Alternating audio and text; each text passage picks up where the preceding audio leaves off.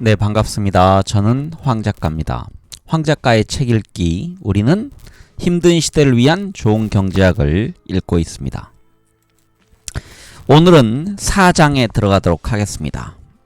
4장의 제목은요, 좋아요, 원해요, 필요해요 라는 부분입니다. 과연 어떤 내용에 이런 제목을 붙였는지 함께 보겠습니다. 네, 우리 책 177쪽부터 이어가겠습니다. 다른 인종, 종교, 민족, 심지어는 다른 성별에 대해서까지 점점 더 노골적으로 표출되고 있는 적대감은 오늘날 전 세계의 포퓰리스트 정치인들에게 일용할 양식이 되었다. 미국부터 헝가리까지, 이탈리아부터 인도까지 세계 곳곳에서 정책 공약이라는 인종주의와 편견밖에 없는 듯한 사람들이 정치판의 주요 인물이자 선거와 정책에 막대한 영향력을 미치는 핵심 세력으로 점점 더 부상하고 있다.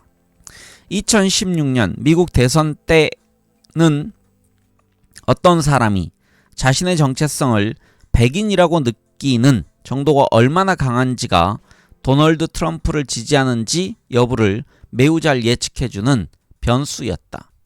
경제적 불안감 같은 변수도 예측력이 컸다.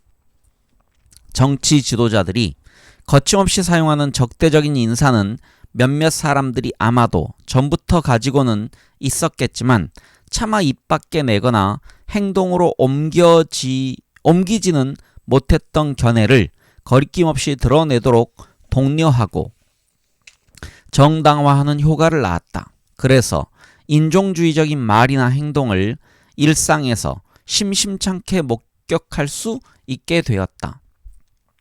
그런 사례 중 하나로 미국의 한 슈퍼마켓에서 어느 백인 여성이 흑인 여성의 전화 통화를 우연히 듣게 되었는데, 그 흑인 여성이 푸드 스탬프, 즉 미국의 저소득층 식비 지원 제도로 식품을 구입할 때 현금처럼 사용할 수 있는 바우처나 전자카드이며 현재는 영양보충 지원 프로그램이라 불리는 것을 불법적으로 팔려고 한다고 의심해 경찰을 불렀다. 그 과정에서 백인 여성은 의미심장하게도 이렇게 소리쳤다. 아, 진짜 장벽을 꼭 지어야겠어. 말 자체로 보면 이 말은 앞뒤가 맞지 않는다. 여성이 비난한 흑인 여성도 미국 시민이므로 이 둘은 장벽의 같은 쪽에 있는 사람들이기 때문이다.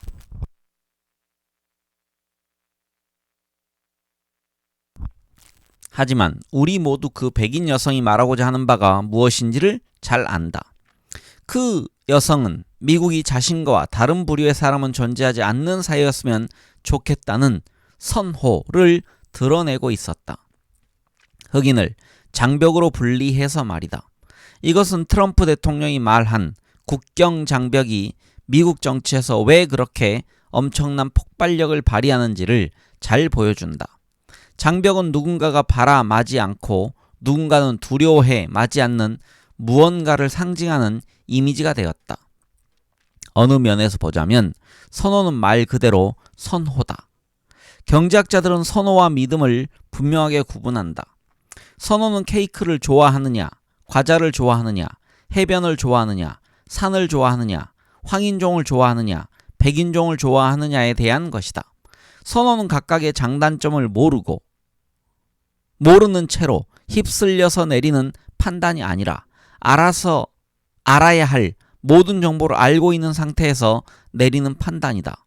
누군가가 잘못된 믿음을 가지고 있을 수는 있지만 잘못된 선호를 가지고 있을 수는 없다.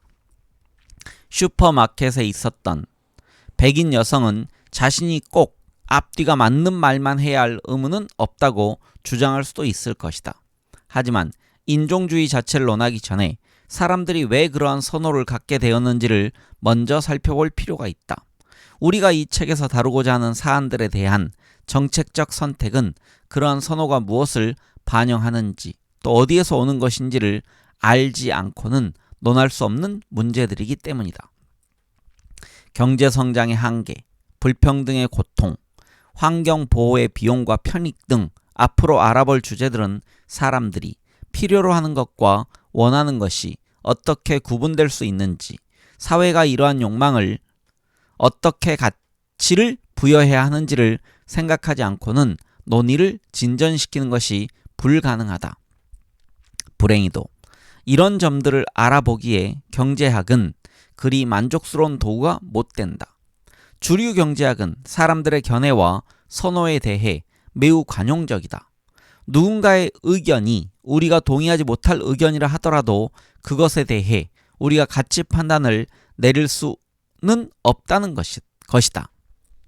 대체로 경제학자들은 우리는 사람들이 올바른 정보를 가질 수 있도록 사실관계에 대해서만 말할 수 있을 뿐이며 그들이 무엇을 좋아하고 무엇을 싫어하는지는 오로지 그들 자신만이 결정할 문제라고 본다. 또한 경제학자들은 편견 문제도 시장에 맡기면 해결될 수 있다고 생각한다.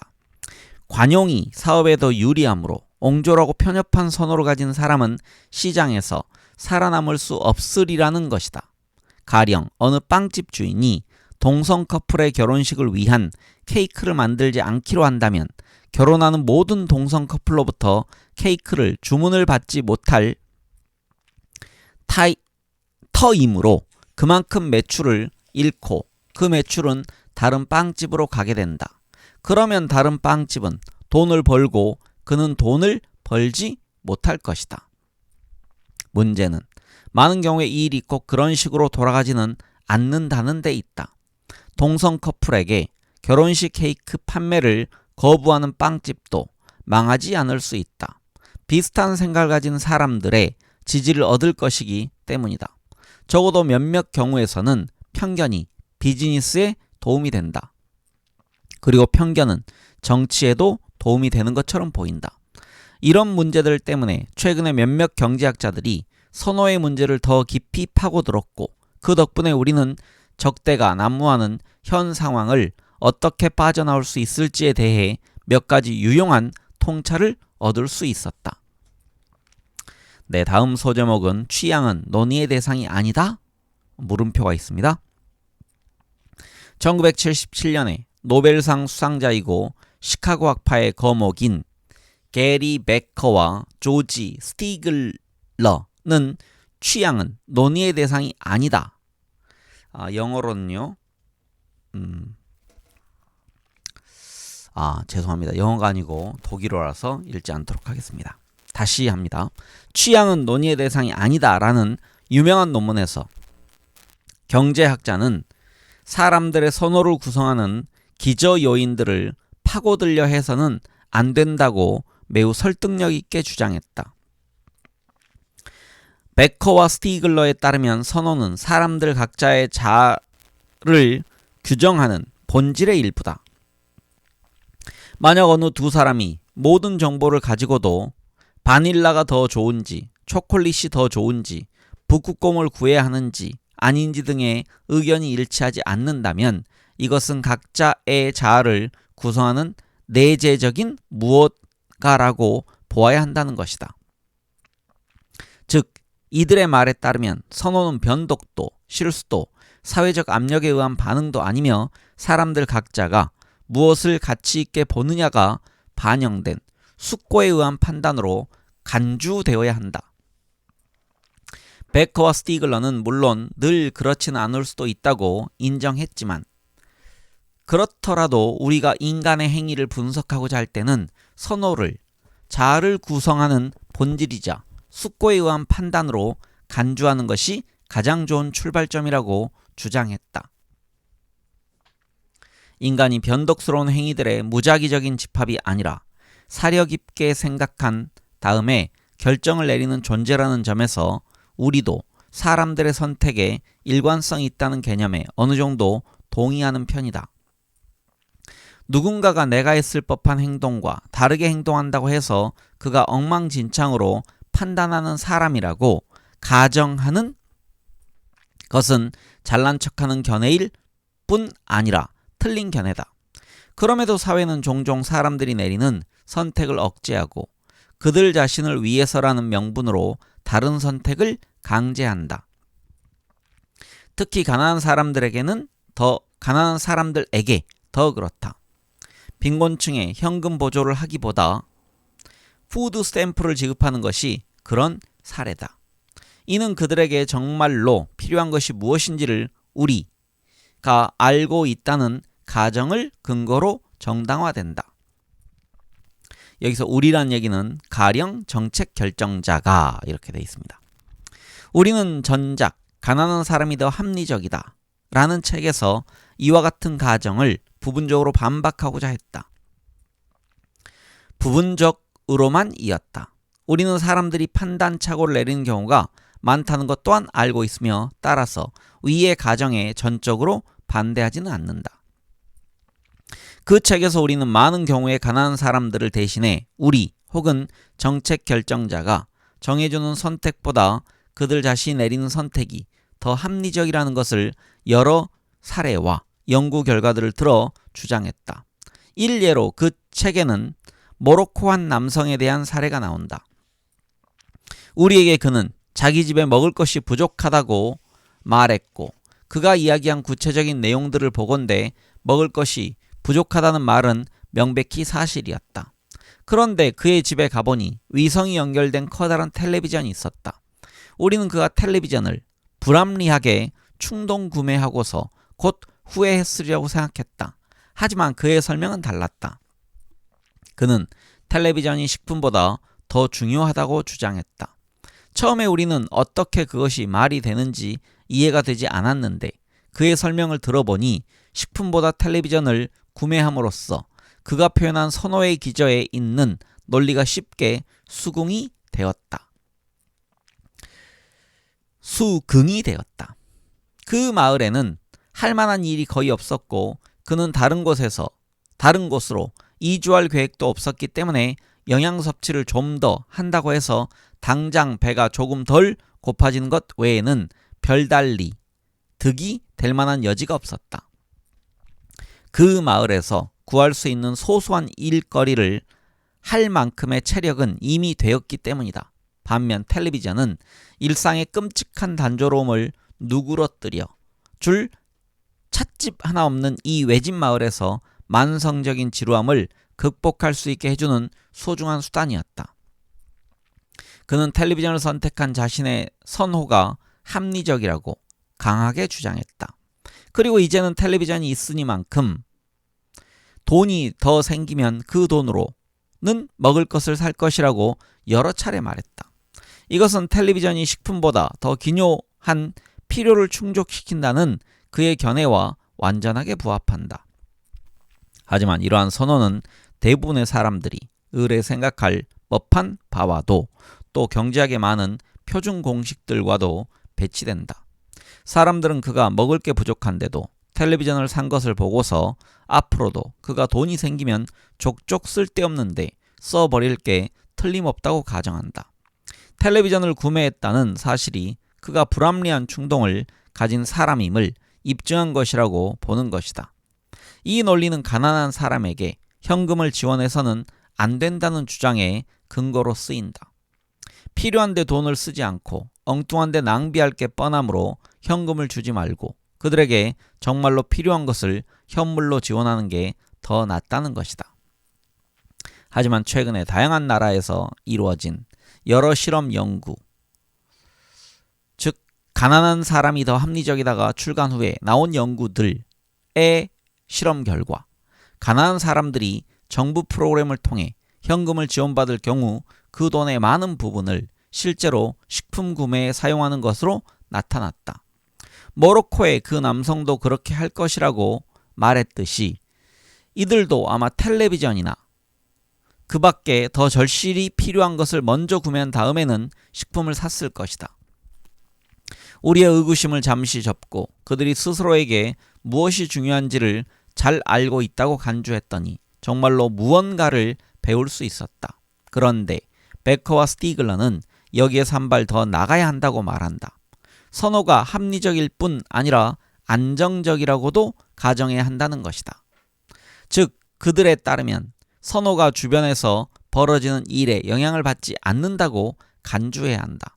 학교도, 부모의 잔소리도, 광고판과 화면에 나오는 메시지도 우리의 진정한 선호에 영향을 미치지 않는다. 이렇게 가정하면 사회적 규범에 순응하거나 동료 집단의 영향을 받아 의사결정을 하는 가능성은 배제된다. 여기서 중간에 설명이 하나 있습니다. 다들 하니까 나도 문신을 한다거나, 마땅히 그래야 한다고 하니까 히잡을 쓴다거나, 이웃이 다들 가지고 있으니까 나도 고급 자동차를 산다거나 하는 가능성이 배제된다는 얘기입니다. 물론 뛰어난 사회과학자인 베커와 스티글러는 선호가 외부의 영향을 받는 경우도 있다는 것을 모르지 않았다. 하지만 그들은 누군가의 불합리해 보이는 선택을 설명해야 할 때 그것이 사실은 합리적일 수 있는 이유들을 고찰하는 것이 그 안에 있을 수도 있는 논리에는 완전히 마음을 닫고서 단순히 그것을 집합 히스테리 때문이라고 설명해 버리는 것보다 훨씬 더 유용한 방식이라고 보았다. 이 견해는 경제학에 매우 큰 영향을 미쳤다. 많은, 아니 거의 모든 경제학자가 베커와 스티글러가 말한 표준적인 선호 체계, 개념, 즉 선호가 일관되고 안정적이라는 가정을 받아들였다. 몇 년 전에 아비지트는 맨하튼에 살면서 프린스턴 대학에서 강의를 했다. 그래서 뉴욕에서 프린스턴까지 기차를 탈 일이 많았는데 사람들이 여기저기 흩어져서 서 있기보다는 플랫폼의 특정한 장소에 우르르 서서 기차를 기다린 경우가 많다는 사실을 발견했다. 그런데 사람들이 서 있는 곳과 기차문이 열리는 곳이 전혀 가깝지 않은 경우가 꽤 많았다. 이것은 그저 대세를 따라가는 군중 행동으로 보였다. 이 현상을 보고 가장 자연스럽게 내릴 수 있는 결론은 사람들이 대충 남들 하는 대로 따라하는 것을 선호하기 때문에 흐름을 따라 갔으리라는 것이다. 그런데 이 결론은 선호가 안정적이라는 개념과 부합하지 않는다. 플랫폼의 특정한 지점을 다른 지점보다 선호하는 것이 그 지점에 다른 사람들이 얼마나 많이 서 있느냐에 의존하고 있기 때문이다. 베커와 스티글러의 조언대로 아비지트는 사람들이 흐름을 따라가는 현상을 그들이 그저 남들 하는 대로 따라하는 것을 좋아하기 때문이라고 단순히 설명해버리지 않고 각자의 의사결정 안에 놓인 합리성을 도출해 보기 위해 다음과 같은 논리를 구성해 보았다. 당신이 다른 사람들은 무언가 정보를 알고 있는 모양이라고 생각한다고 가정해보자. 아비지트의 기차 사례로 말하자면 당신이 다른 사람들은 기차문이 열리는 정확한 위치를 아는 모양이라고 생각한다고 가정해보자. 그렇다면 당신은 합리적으로 다른 사람들이 가는 대로 따라갈 것이다. 사람들이 서 있는 곳이 당신이 생각하는 기차문 위치와 다를 경우 당신은 자신의 정보를 억누르면서까지도 남들이 서 있는 곳으로 갈 것이다. 자, 이제 당신이 합리화해서 그 지점에 서 있는 사람들의 규모가 더 커진다. 당신보다 뒤에 도착한 사람은 더 많은 사람이 한 지점에 몰려있는 것을 보고 더더욱 사람들이 무언가 유용한 정보를 가지고 있는 모양이라고 생각하게 될 것이다.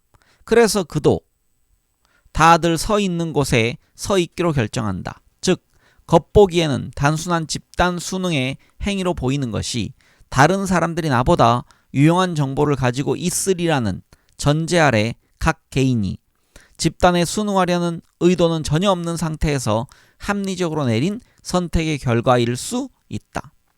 아비지트는 이 내용을 담은 논문의 제목을 군중 행동에 대한 간단한 모델이라고 제목을 붙였다.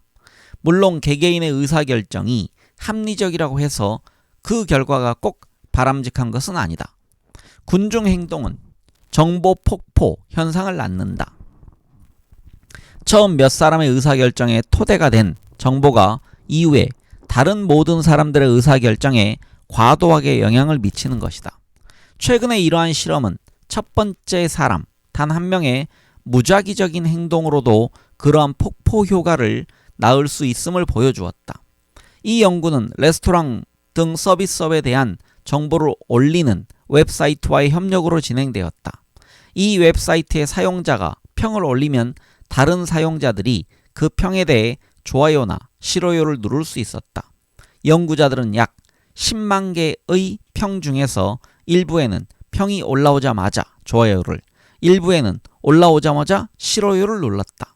어떤 평에 대해 최초의 반응이 좋아요이면 다음번 사용자도 좋아요를 누를 가능성이 32%나 올라가는 것으로 나타났다. 5개월 뒤 최초의 반응이 좋아요였던 평들은 최초의 반응이 싫어요였던 평들보다 상위에 올라갈 가능성이 더 컸다. 이 웹사이트에서 평을 본 사람이 수백만 명이나 되었는데도 최초의 반응 단 하나가 이후로도 지속적으로 그리고 점점 더 강하게 영향을 미친 것이다. 이렇듯 군중 행동으로 보이는 것이 꼭 표준적인 선호 체계가 다시 읽겠습니다. 꼭 표준적인 선호 체계, 가정에 부합하지 않는 것은 아니다. 우리의 선호가 다른 이들의 행동에 직접 영향을 받지는 않더라도 다른 이들의 행동은 우리의 믿음과 행동을 바꿀 수 있는 신호를 실어 나를 수 있다. 특별히 그렇지 않다고 생각해야 할 이유가 없는 한 나는 다른 사람들의 행동, 즉 행동이 실어 나른다고 생각되는 정보를 통해서 문신을 하면 예쁘고, 바나나 주스를 마시면 살이 빠지고, 멀쩡해 보이는 멕시코계 남성이 실제로는 잠재적인 강간범일 것이라고 판단하게 될 수도 있다. 하지만 때때로 사람들은 자신의 이익과는 명백히 배치된다는 것을 알면서도 단지 친구들이 그렇게 한다는 이유만으로 어떤 행동을 하기도 한다. 가령 자신이 보기에는 영 흉하게 보이는 문신을 하거나 체포될 수 있는데도 무슬림을 집단 폭행하는 데 가담하는 것처럼 말이다. 이런 행동은 어떻게 설명할 수 있을까? 네, 다음 소제목은 집합 행동입니다. 군중 행동이 표준적인 선호 체계에 의한 개개인의 합리적인 선택으로 설명될 수 있듯이 사회적 규범을 고수하는 행동도 그렇게 설명될 수 있다. 여기에서 핵심은 규범을 깨면 공동체의 다른 일원들로부터 처벌을 받게 된다는 데 있다. 그리고 규범을 깨는 사람을 처벌하지 않는 사람, 규범을 깨는 사람을 처벌하지 않는 사람을 처벌하지 않는 사람 등등도 마찬가지로 처벌을 받는다. 게임 이론 분야의 훌륭한 이론 중 하나로 위의 주장이 논리적 일관성을 갖춘 정리로 표현될 수 있음을 보여준 구전 정리라는 것이 있는데, 공동체에서 사회적 규범이 왜 그렇게나 강력하게 유지되는지에 대해 하나의 설명을 제공한다. 첫 여성 노벨 경제학상 수상자 엘리너 오스트룸은 연구자로서의 경력 내내 내 이론의 실제 사례들을 찾아내고 분석했는데, 오스트룸이 제시한 많은 사례가 스위스의 치즈 생산자, 네팔의 숲 이용자, 미국 메인주나 스리랑카의 어부와 같이 소규모 공동체를 이루고 살면서 공동체 성원 모두가 마땅히 지켜야 한다고 여기는 규범에 따라 생활하는 사람들의 경우였다. 예를 들어 스위스 알프스의 치즈 생산자들은 수세기 동안 공동 소유인 목초지에서 소를 방목해 키우며 살아왔다. 이곳 사람들이 공공성의 개념을 가지고 있지 않았더라면 이 시스템은 재앙으로 이어졌을 것이다. 공동 목초지는 주인 없는 땅이므로 모두가 다른 이들에게 잠재적으로 해를 끼치면서 자기 소를 더 많이 풀어놓고자 할 유인을 갖게 되는데, 그렇게 해서 방목이 과다하게 이루어지면 목초지가 황폐해질 수 있다. 하지만 알프스 치즈 생산자들의 경우에는 공동 목초지에서 무엇을 해도 되고 무엇을 하면 안 됐는지에 대한 분명한 규칙이 있었고, 사람들은 그 규칙을 잘 따랐다. 규칙을 위반하면 공동 목초지에 들어올 수 있는 권리를 잃게 되기 때문이었다. 오스트롬은 이 경우에는 집합적 혹은 공동 소유권 체제가 사적 소유권 체제보다 모든 사람에게 득이 된다고 주장했다.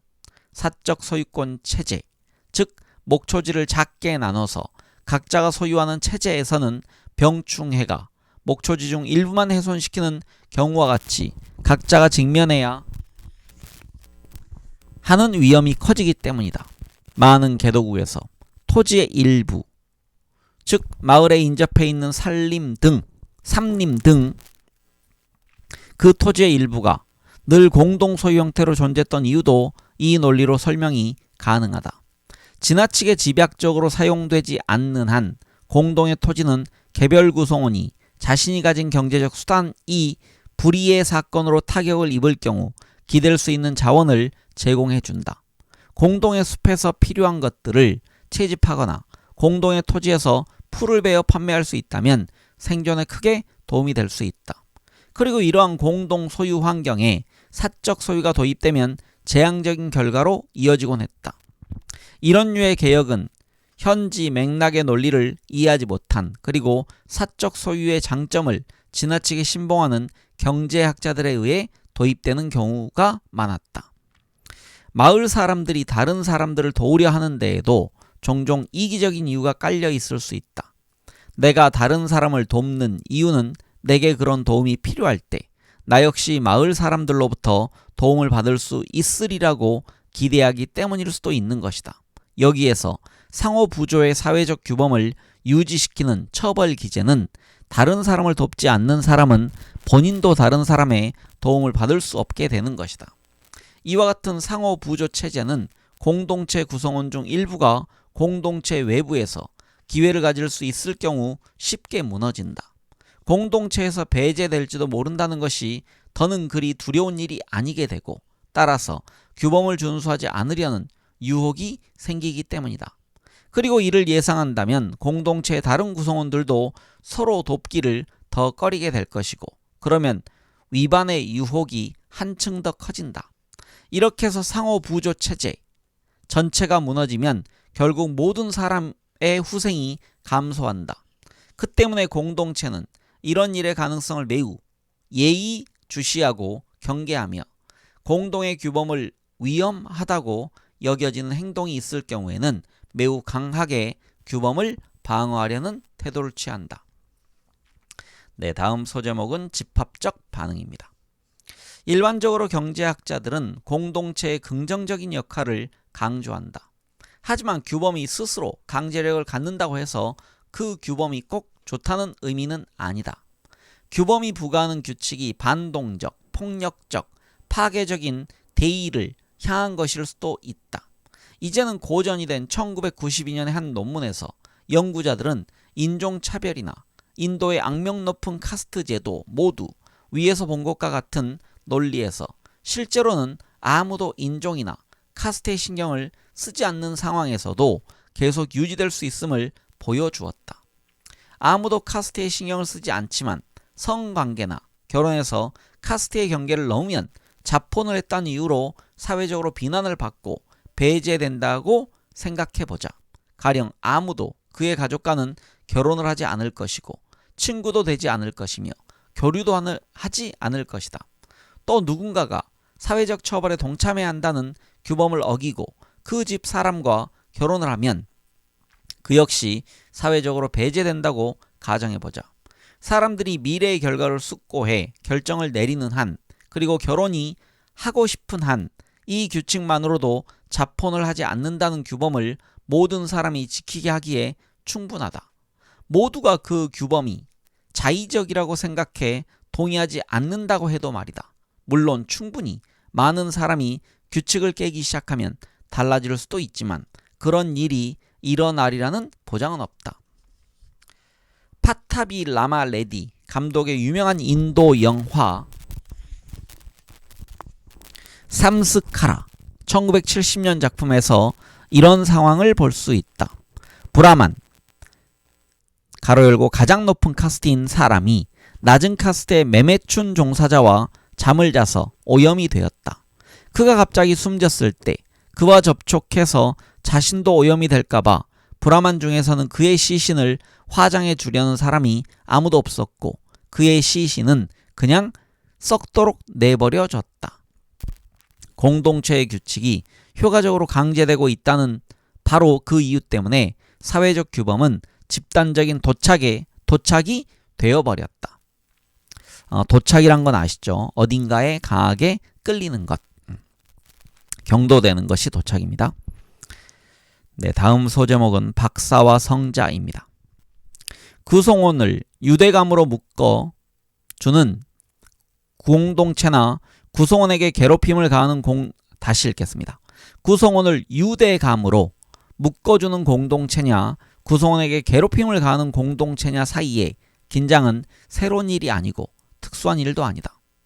이는 사람들을 보호하는 국가냐 공동체를 흔들고 약화시키는 국가냐 사이의 긴장으로도 이야기해 볼 수 있다.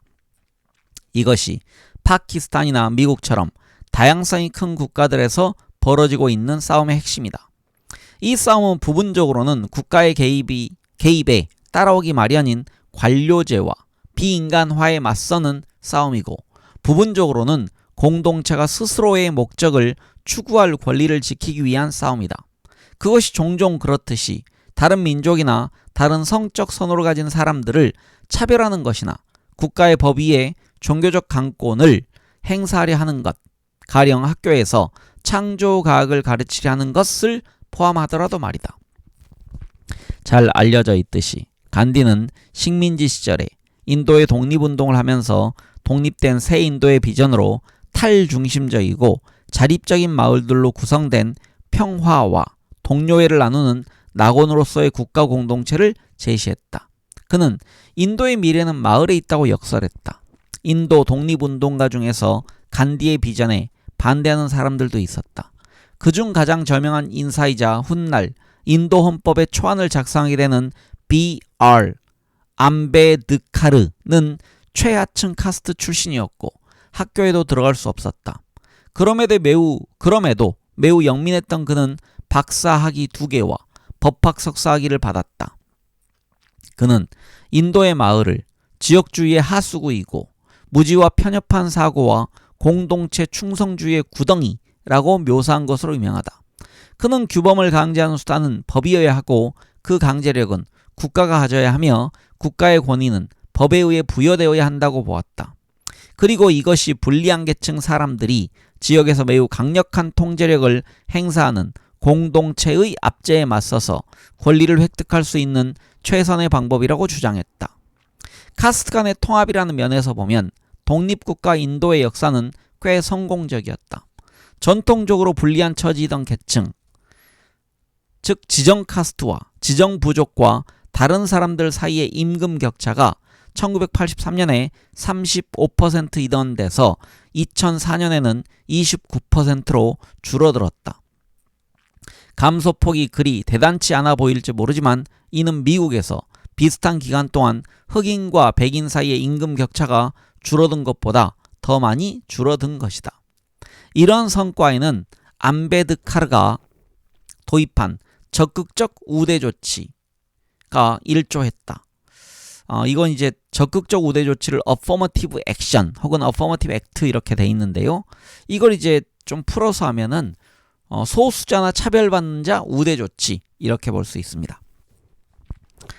네, 미국에선 이게 이제 역차별 논란이 일어나고 있는 그런 법률입니다. 역사적으로 처벌받아온 집단이 학교, 정부 일자리, 입법기관 등의 일정 부분 우선적으로 접근할 수 있게 하는 조치였다. 경제구조가 대폭 전환된 것도 크게 기여했다. 도시화는 사람들에게 익명성을 제공하고 전통적인 마을 공동체의 조밀한 유대에 의존해야 할 필요성을 줄여줌으로써 서로 다른 카스트의 사람들이 만나고 섞일 수 있는 여지를 넓혀주었다. 또한 새로운 일자리들이 생겨나면서 카스트 인맥에 의존하지 않아도 고용기회를 가질 수 있었고 낮은 카스트 출신 젊은이들에게 교육의 인센티브도 높아졌다. 그리고 마을 공동체들도 암베드카르가 묘사한 것만큼 끔찍하게 압제적이지는 않았던 것 같다. 카스트에 상관없이 모든 아동에게 교육을 제공하는 보편 초등교육과 무료 학교 급식 등을 받아들인 것을 보면 분명 마을 공동체들도 카스트의 경계를 넘어 공공선을 위해 집합 행동을 할 역량이 있었다. 그러나 카스트 차별 문제가 해소되었다는 말은 아니다. 지역에는 카스트에 기반한 편견이 아직 견고하게 남아있다. 인도 11개 주의 565개 마을에서 진행된 한 연구에 따르면 법으로는 금지되어 있는데도 약 80%의 마을에서 이런저런 형태로 불가촉 천민에 대한 차별이 행해지고 있었다. 대략 절반의 마을에서는 달리트, 즉 최하층 카스트 사람들이 우유를 팔 수 없었다. 3분의 1 정도의 마을에서는 달리트 사람들이 시장에서 어떠한 재화도 팔 수 없었고 식당에서도 별도의 식기를 써야 했으며 자신의 밭에 물을 대기 위해 수원을 사용하는 데에도 제약이 있었다. 또한 전통적인 형태의 차별은 사라지고 있지만 상류 카스트 사람들이 낮은 카스트 사람들의 경제적 성공을 자신의 계층에 대한 위협으로 인식해 폭력으로 대응하는 사례가 나타나고 있다. 2018년 3월에 구자라트주의 한 달리트 젊은이가 말을 소유하고 그 말을 탔다가 살해당했다. 명백히 상류 카스트 사람들의 방조 아래 발생한 사건이었다. 이에 더해 새로운 양상의 갈등도 생겨났다. 가령 각 카스트 집단들은 이제 서로를 동등하게는 여기지만 권력과 자원을 두고 경쟁하는 적대관계로 여긴다. 선거에서는 카스트에 따라 투표가 갈리는 경향이 강하게 나타나고 있다. 예를 들어 상류 카스트에 속한 사람들은 적극적 우대 조치에 반대하는 인도 국민당을 점점 더 많이 지지하고 있으며 다른 정당들도 카스트 계층 사이의 차이를 전략적으로 이용하면서 부상했다. 이러한 극단화는 심각한 악영향을 초래했다. 우타르 프라데시 주 가로 열고 인도에서 인구가 가장 많은 주인 이곳에서는 1980년대에서 1996년 사이에 정치의 양상이 극명하게 달라졌다. 낮은 카스트에 속한 사람들이 주로 사는 지역에서는 사람들이 낮은 카스트와 밀착된 두 개의 정당에 투표를 하는 경향이 점점 더 극명하게 두드러졌다. 반면 상류 카스트가 주로 사는 지역에서는 계속해서 사람들이 전통적으로 그들에게 더 친화적이었던 정당에 투표했다. 이렇게 투표가 카스트에 따라 극명하게 갈리는 동안 부정부패가 폭발적으로 증가했다. 많은 정치인이 감옥에 갔고 옥중에서 선거를 치르는 경우도 왕왕 있었는데 감옥에 간 이유가 부정부패 때문이었는데도 당선되었다. 아비지트와 로히니, 판데는 정치적 극단화와 부정부패의 증가가 관련이 있음을 발견했다. 부정부패는 상류 카스트와 하류 카스트 중 어느 한쪽이 압도적 다수인 지역에서 가장 크게 증가했다. 이러한 지역에서는 사람들이 거의 전적으로 카스트를 보고 투표하기 때문에 그곳의 지배적인 카스트 출신 후보가 따놓은 당상으로 승리했다. 아무리 그가 심각한 부정부패 의혹이 있고 상대 후보는 그렇지 않다고 해도 말이다. 반면 카스트들 사이에 인구가 균형을 이루고 있는 지역들에서는 이런 현상이 나타나지 않았다. 또한 카스트 충성도가 막대한 중요성을 띠게 되면 마을 공동체가 국가의 법이 정하는 바를 명시적으로 위반하면서까지 구성원들에 대해 강력한 통제력을 행사할 수 있게 된다. 마을의 카스트 위원회인 판차야트가 성관계나 결혼에 대해 국가가 정하고 있는 바를 전통의 이름으로 적극적으로 위배하는 것이 그런 사례다. 다시 읽겠습니다. 차티스가르주에서 이를 단적으로 보여주는 끔찍한 사건이 있었다. 14세 소녀가 65세 남성에게 강간을 당했는데 마을의 판차이트는 피해자에게 이 사건을 경찰에 신고하지 말라고 했다. 피해자가 경찰에 신고하겠다고 계속 주장하자 마을 공동체 원로 몇 명이 그 소녀를 심하게 구타했다. 그 원로 중에는 남성뿐 아니라 여성도 있었다. 강한 공동체는 가장 약한 구성원, 괄호 열고 어제의 달리트, 오늘의 젊은 여성 등을 억압할 수 있고 국가는 그 억압을 멈추는 데서 무력할 수 있다. 공동체 구성원 다수가 공동체의 통제력을 유지하는 데에 자신의 이해관계가 걸려있다고 여기기 때문이다. 그들이 공동체의 규범에 순응하는 한 공동체는 그들이 필요할 때 지원과 도우미 네트워크를 제공할 것이다. 규범을 따르기 위해 감수해야 하는 잔혹함에 때로 마음이 불편하기는 하겠지만 그렇다고 공동체 전체에 맞서는 것은 너무나 큰 용기가 필요한 일이다. 네, 다음 소제목은 흑인이 국가의 변화를 요구하다. 흑인이 국가의 변화를 요구하다는 2008년에 풍자신문 어니언이 버락 오바마의 대선 출마에 대해 쓴 기사의 제목이다. 여기에서 언허유의 포인트는 푼돈을 구걸하면서 빌부터 사는 전형적인 흑인에 대한 이미지와 영감을 주는 지도자로서 국가의 문화적인 변혁을 요구하는 오바마의 이미지 사이의 대조다. 우리가 자주 읽기는 하지만 자유행진, 즉 프리덤 마치 가로 열고 1960년대에 있었던 인종차별 반대 행진에서부터 미국에서 첫 흑인 대통령이 탄생하기까지는 45년도 채 걸리지 않았다. 민권운동 이래로 미국의 인종관계에서 많은 것이 달라졌고 대개는 좋은 쪽으로 달라졌으며 이는 오바마가 대통령으로 선출될 수 있는 토대가 되었다. 2019년 인도에서 하층 카스트 출신 대통령과 총리가 나온 것도 마찬가지다. 45년 전에는 미국의 흑인 대통령만큼이나 불가능해 보였던 일이다. 한편 오늘날 미국 흑인들이 1965년에 비해 훨씬 더 교육을 많이 받고 있긴 해도 교육 수준이 비슷한 백인 남성과 흑인 남성 사이의 소득 격차는 증가하고 있고 현재는 거의 30%에 달한다. 이는 인도의 지정 카스트와 나머지 사람들 사이의 임금 격차보다도 큰 것이다. 미국의 흑인은 백인에 비해 계층의 상향 이동성이 매우 작고 하향 이동성은 크다. 이에 대한 이유로 많이 지적되어 온 것은 흑인 남성의 수감률이 과도하게 높아진 것이다. 하지만 동네와 학교의 인종 간 분리가 끈질기게 사라지지 않고 있다는 것도 무시할 수 없는 이유다. 백인 남성이 흑인에게 경제적으로 위협을 받는다고 느낄 이유는 사실상 없는데도 최근 들어 반흑인 정서가 크게 증가했다. 적어도 공개적으로 표출되는 경향으로 보면 크게 증가했다. 연방수사국 FBI에 따르면 2017년에 증오범죄가 전년 대비 17%나 늘었다.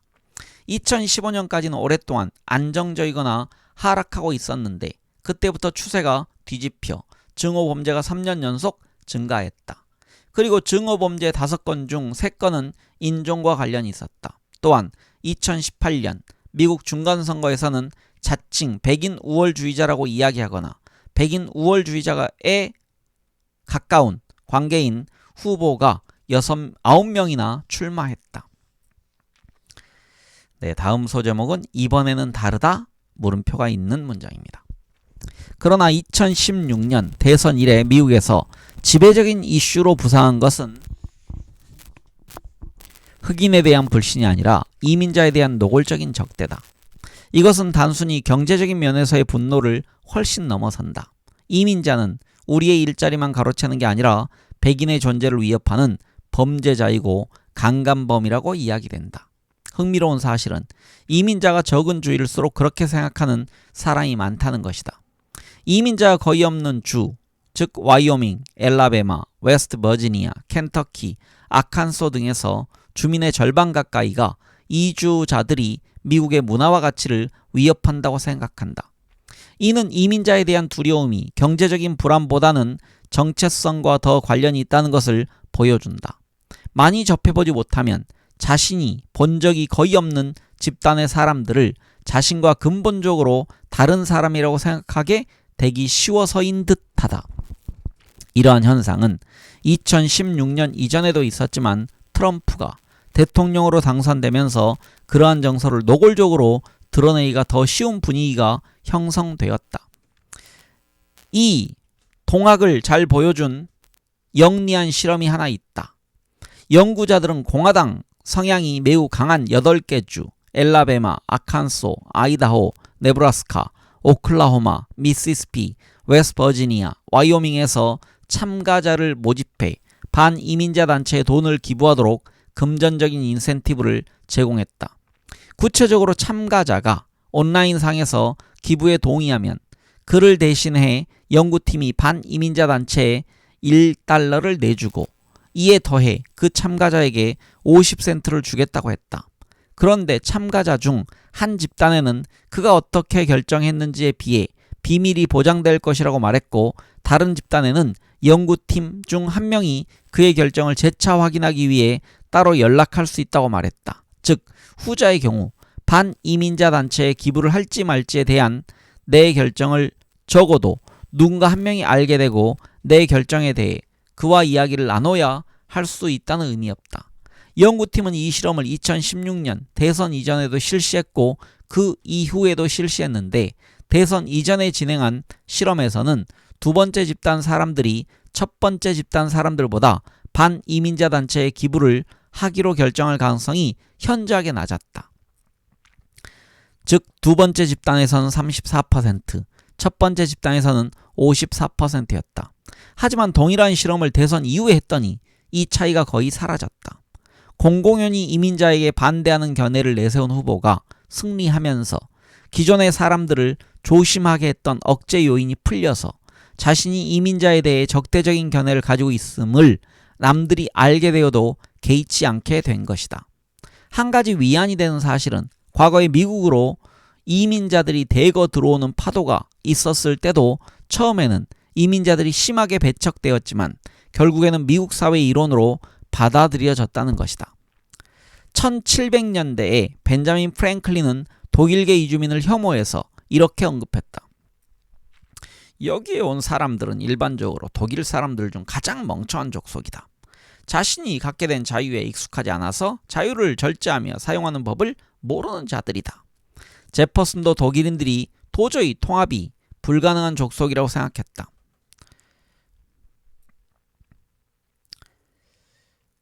다른 외국인들은 자기들끼리만 정착촌을 이루며 사는 것이 좋지 않다는 인식을 가지고 있다. 그런데 독일 정착촌 사람들은 그들의 언어 습관, 정부, 원칙 등을 계속해서 고집한다. 또 미국은 19세기 초부터 중국인 이민자를 제한하려 했고 이어서 중국인 이민을 금지했다. 그리고 1924년에는 동유럽과 남유럽, 즉 이탈리아와 그리스 이민자를 제한하기 위해 이민자 할당제를 도입했다. 그러나 매번의 파도마다 이민자들은 결국 미국 사회에 받아들여졌고 동화되었다. 그들이 아이에게 지어주는 이름, 그들이 갖게 되는 직업, 그들이 투표하는 방식, 그들이 먹고 구매하는 것 모두가 점차 현지인과 융화되었다. 이는 다시 현지인들이 한때는 낯설었던 이름과 먹거리를 받아들이게 했다. 로키는 미국의 영웅이고 피자는 미국의 기본적인 5가지 식품군 중 하나다. 프랑스에서도 마찬가지였다. 프랑스 사람들은 처음에 이탈리아 이민자를 배척했고 그 다음에는 폴란드 이민자를 배척했고 그 다음에는 스페인과 포르투갈 이민자를 배척했다. 이들 모두 차차로 프랑스 사회에 통합되었다. 하지만 프랑스 사람들은 매번 이번에는 다르다고 했고 2016년 현재는 무슬림을 배척하고 있다. 이러한 선호와 태도는 어디에서 오는 것일까? 우리는 과거에 배척했던 적과 결국에는 화합한 경험이 그렇게 많이 있는데도 왜 늘 새로운 적을 또 찾아내려 하는 것일까? 네, 여기까지 일단 읽도록 하겠습니다. 다음 시간에는 통계적 차별에 대해서 읽겠습니다. 이게 지금 사람들이 가지고 있는 편견 그리고 또 선호에 관련된 내용을 경제학적이라기보다는 일종의 그 정치적 측면의 시각으로 많이 지금 다루고 있습니다. 네, 다음 시간에 뵙겠습니다. 편안한 하루 보내십시오. 감사합니다.